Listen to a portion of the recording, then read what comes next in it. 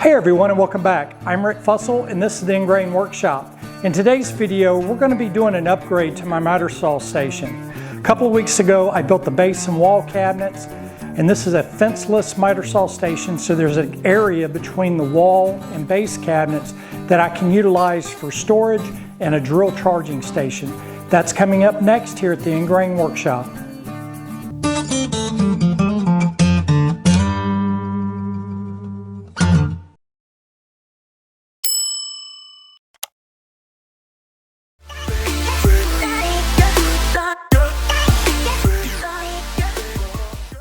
So the first thing I'm going to do is start out by breaking down some 4x8 3/4 inch plywood, and I'm going to rip them in 12-inch widths here at the table saw. And I'm ripping them at 12-inch widths because that's the width of my wall cabinets, and I'm going to be using this to actually help and assist me in installing the wall cabinets since I'm doing it by myself. Once I have my wall cabinets installed, I'm going to go back and rip these at 10 inches instead of 12 inches. That way they'll sit underneath the actual wall cabinets themselves. Next, I'm going to move over to the miter saw, and I'm going to take and just rough cut my pieces. Now, the left side of my miter saw, I have 6 feet to work with, and then on the right side of my miter saw, I have 4 feet. So I'm just going to rough cut these pieces at 6 and 4 feet. And then I'm also going to rough cut them at 18 inches, which is the height off of the base cabinet to the bottom of the wall cabinets. Then back at the table saw, I'm going to go ahead and cut the pieces down to their final lengths. These are going to be the height pieces at 18 inches, and then I've cut my left side length at 6 feet and my right side length at 4 feet.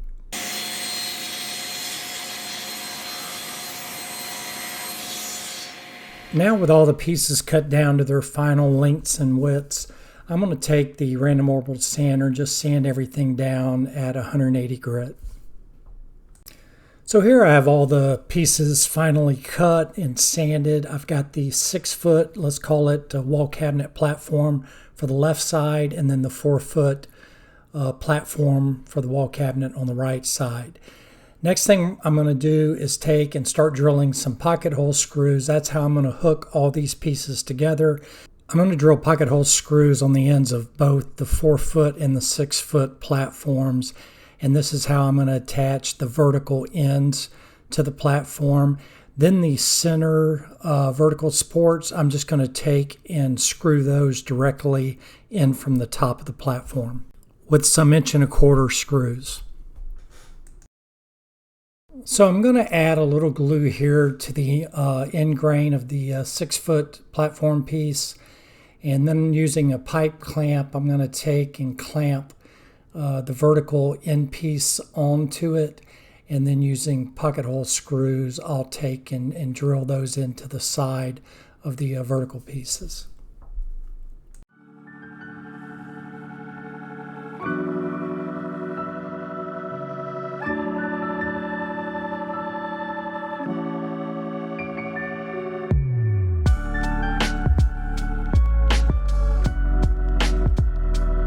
So I've went ahead and pre-drilled and countersunk where my screws are going to be for my middle vertical supports. Next thing I'm going to do is just add a little glue to the end grain here on the middle vertical supports, and then line them up, clamp them down, and then just screw them in with, I believe, some 1¼ inch just GRK screws to fasten those middle vertical supports to the actual platform.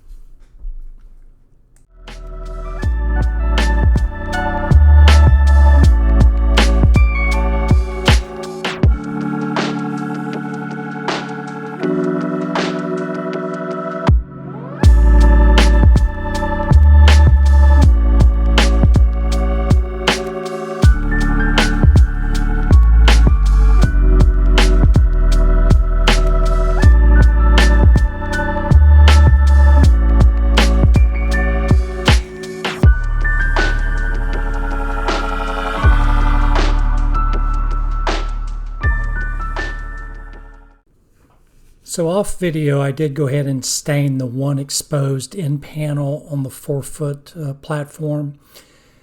But now with it installed, I'm ready to just install it in place under the wall cabinets. And these were the same platforms that I had used a couple of weeks ago when I installed the wall cabinets and did the wall cabinet video. The only exception is I went ahead and cut them down to a 10-inch width instead of a 12-inch width, simply because at 12 inches the platform would stick out over my T-track. So I went ahead and cut them back to 10 inches so they sit a couple inches behind my T-track. That way they won't affect my stops that run along the T-track. So once I get them hammered in place, and it was a pretty tight fit, and I was happy with everything, I went ahead and just loaded up all the different spaces with my screw and nut and bolt storage cabinets.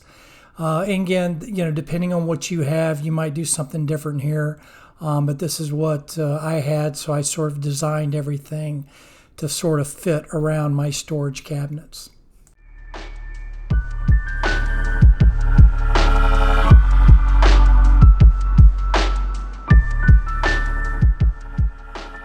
Next, I'm going to install the 6-foot platform on the left side of my miter saw station. And you'll see here I've kind of drilled out on some of the vertical pieces to accommodate the surface mounted conduit I have on the back wall, just so they'll just fit over the top of that conduit. So I will be building out the 3 sections here on the left side of the miter saw station. The far left section is going to be where I'm going to build my drill charging station. Then the center section will be just more tool store or bolt storage, screw storage. And then the far right section will be for sandpaper. And that'll be the next thing that I tackle, is building out the 3 sections on this side of the miter saw. So for my sandpaper storage and my screw storage, I'm going to be using some 3/16 inch thick hardboard, and using my DIY track saw guide and just a circular saw, I'm going to rip these down to the same width as my platforms, which are 10 inches. And this is what I'm going to make my cubby holes out of for both sandpaper storage and bolt storage.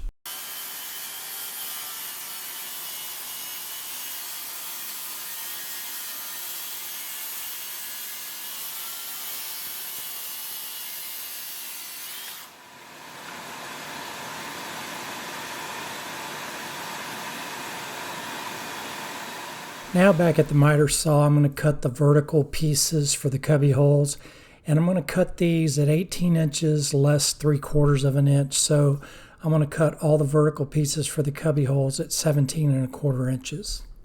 Next, I'm going to test fit both my vertical and horizontal pieces just to make sure that I've got a tight fit within the actual opening. And as you can see here, the vertical supports fit fine, and then I'll go ahead and try the horizontal supports, and they fit nice and tight as well.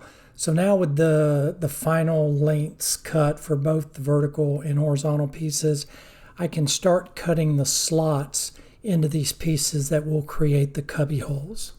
So to ensure that my cuts are accurate on all pieces, I'm just going to use some painter's tape here, and I'm going to tape up all the vertical pieces together and then tape up all the horizontal pieces together.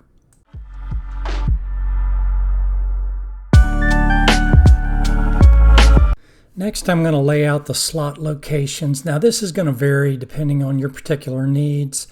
I believe I made mine 4 inches tall by 7 inches wide for my sandpaper storage, which is 5-inch disc sandpaper. And then for my screw storage, I think I made those 3 inches tall by 4 inches wide. But again, this is personal preference, and you should make them depending on whatever the needs are that you're trying to achieve.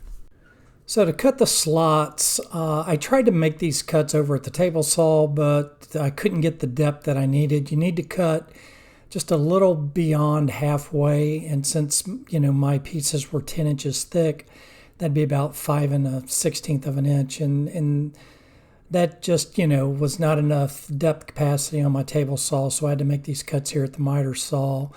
So you just have to be careful. I did have to make 2 passes because the thickness of the material is 3/16 of an inch.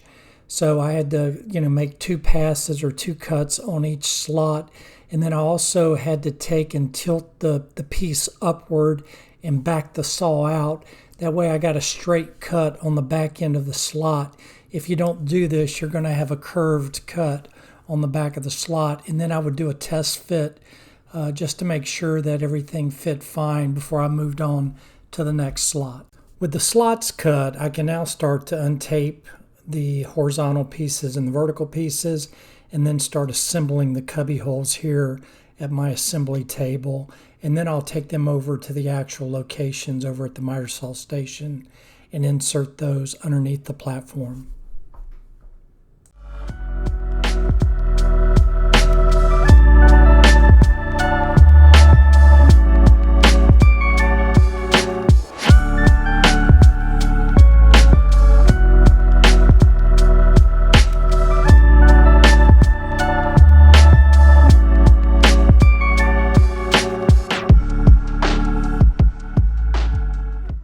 Next, I'm going to build out the drill charging station. So I'm going to start with some 3/4 inch plywood and rip them down to 4-inch length or widths. And this is going to be the support holder for the drills. And basically what I'm going to make is an upside down T. So the straight part of the T or the vertical part of the T is going to be 4 inches. The horizontal or top part of the T is going to be 1 3/4 inches. And then I'm going to cut these at lengths of 8 inches, and these will just make slots for the drills to go in. That way the drills will be supported even without a battery on the drill itself. Since the 2 end supports will be up against the plywood that's on the platform, I'll have to make these L-shaped instead of T-shaped. So on the L portion, I'm just going to cut those down to 3/4 of an inch instead of 1 3/4 inches like I did on the T supports. So once I get those cut down to 3/4 of an inch, I'll bump my table saw fence out to 1 3/4 inches, and then I'll rip the horizontal pieces for the T supports. With the widths cut on all my pieces, I'm going to move over here to the miter saw and cut all the lengths to 8 inches. For assembling the T's, I've got 2 pieces of 1/4 inch plywood, which gives me a 1/2 inch spacer, and I'm going to use that to just as a positive reference to build the T's. I'm going to pre-drill and countersink the bottom or top part of the T, and then using some glue, I'm going to glue and then fasten them with 1 1/4 inch drywall screws. So I'm just going to take and fasten this first L bracket to the side of the platform, and I'm just going to pre-drill and countersink. But you do have to be very careful because you don't want to drill all the way through the side of your platform. So I'm just being very careful as I'm pre-drilling and countersinking these holes to make sure that I don't drill through the side of the platform, and then I'll fasten the L bracket again with 1 1/4 inch drywall screws.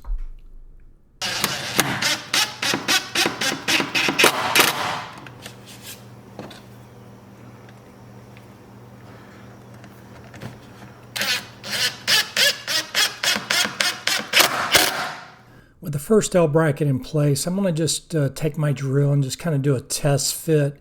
And this is also going to give me an idea of where I need to install the T bracket, just so I'll know the proper spacing for all the brackets, because all these drills are pretty much the same size. I believe I have a variety of drills from DeWalt to Bostitch, but they're all pretty much the same size. So I determined that my spacing needs to be 2 3/4 inches, so I just ripped this little piece of plywood at that dimension, and this is just going to be my positive reference that I can just place between the supports, so I'll know I'll have that exact same measurement on all the supports all the way down the drill charging station. And once I get the next support clamped in place, and I'm sure that it's properly spaced, I'm going to pre-drill a countersink, and again using 1¼ inch drywall screws. I'll fasten these from the top of the platform so these screws won't be visible. Hindsight, I probably could have done that to the L bracket. That way none of the screws would have been visible. I just wasn't comfortable drilling that close to the end of the platform, so I decided to screw that first L bracket into the side, and then I'm just going to test fit the drill.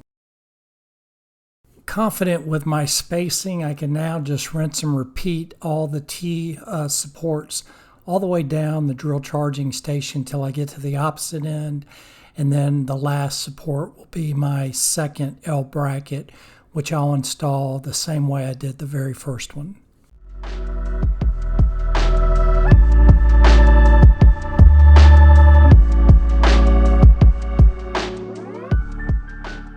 And the last thing to do is just load them up. And I did have two Hitachi drills that are considerably smaller than the DeWalt's, but surprisingly they fit as well. There they are there.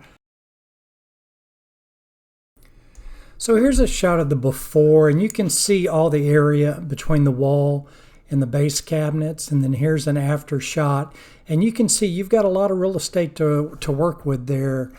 For a lot of storage, different storage ideas.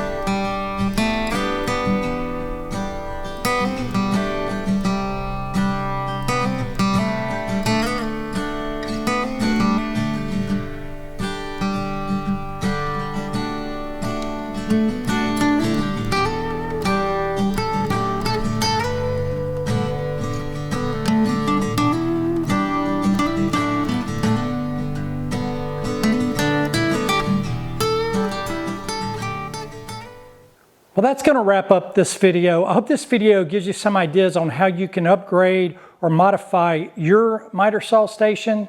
If you've got a fenceless miter saw station like this one, you really do have a lot of real estate back there behind the base cabinets and the wall cabinets that you can utilize for a drill charging station, bolt storage, endless ideas. It's whatever you want to do to utilize that space, and it's a great use for that space. So if you're new to the channel and you like DIY and woodworking projects, then I highly recommend that you hit that subscribe button. It's free and painless, and I'd also ask that you click on that bell icon. That way you'll be notified of all our upcoming videos. To all my existing subscribers, I really appreciate all the support you've given this channel. If you like this video, then please give it a thumbs up. I'm Rick with the Ingrain Workshop. Until next time, have a wonderful day and God bless.